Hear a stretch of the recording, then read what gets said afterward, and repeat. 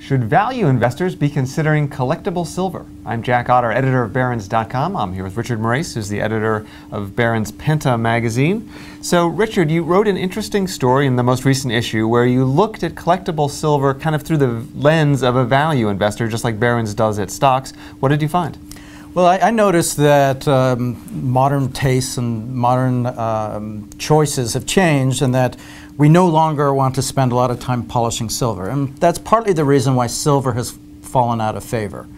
But tastes change in collecting, and so there's always these cycles. And so you can now find 18th century, 17th century silver, urns, tureens, and so on for half the price you would have had to pay just 10 years ago. So we think it's just a terrific buy. There's a great value to be had. It's out of favor, and there's just some very unique opportunities on the market right now. There's very few collectibles that you can say are half the price they were 10 years ago. For that price, you can afford to hire someone to polish it. Where do you suggest people go looking for collectible silver? It's not as easy as, oh, Pfizer looks undervalued, I'll go buy 100 shares. No, well, I mean, obviously the auction houses are the, I mean, it's anywhere from flea markets to auction houses, but of course you have to be a little bit knowledgeable. It used to be that silver plate, called so-called Sheffield silver, was very popular, but that's really just plate. That is, you can't even sell that. I mean, you have to give that away practically. And there are pockets that have been discovered. For example, there was recently a can, which is sort of a little vessel that Paul Revere had made, and anything, of course, that Paul Revere has touched, you know, that had an estimate of $60,000 to $90,000, and it just sold in May at Christie's at $100,000. So that's, and also because of this absolute obsession with contemporary art right now, is that anything that's modernist, any silver that has a modernist veneer fits in with modern art. So if you have like George Jensen, a great Danish silversmith from the 50s, that's very popular now. You won't find any bargains.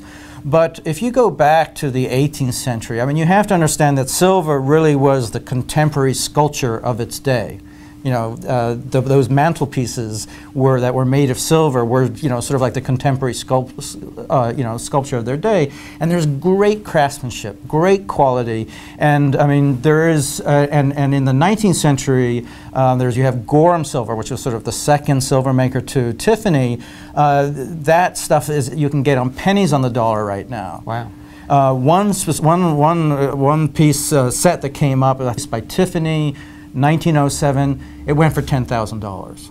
And this is just exquisite, exquisite workmanship. And you actually spotted one piece you wrote about, and it went a bit above estimate. Maybe you were Penta pushed the price up. It's what we call it, the Barron's bounce. Well, I'm afraid we're starting to get the Penta pickup.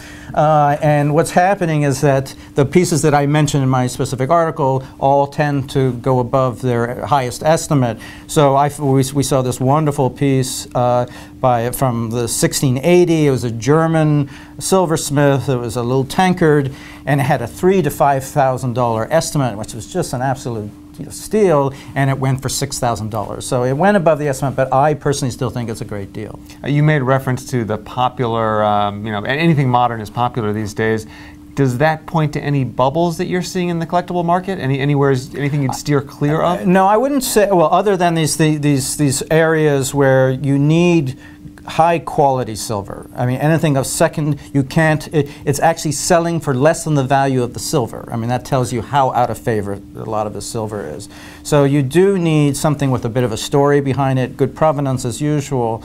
But there's still great, you know, one of the things that have become, I personally think, is that if I go into a contemporary apartment or a house and everything is picture perfect contemporary, I actually find it quite forgettable.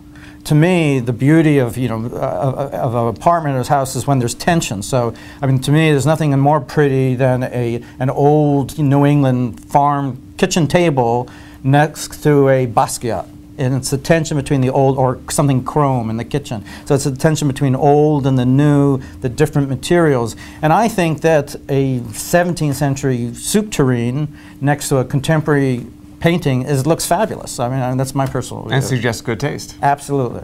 But are there any areas beyond silver where you're starting to worry that there could be a bubble developing, whether it be... Oh, you mean any collectibles? Any collectibles. Well, yeah. I mean, I think there is a very sound argument to be made, and you know, of course, I had an argument with Christie's CEO about this, or a discussion, and it was that, you know, I believe that there are 100 artists in the world that everyone wants, and there is a bubble with them. I think that we know that the wheel of fortune, the tastes change, and one day they're going to be out of favor again. Sell your Pollock and buy Tureens. Absolutely. That would be the Barron's take, the Penta take. Thanks very much, Richard. Thank you.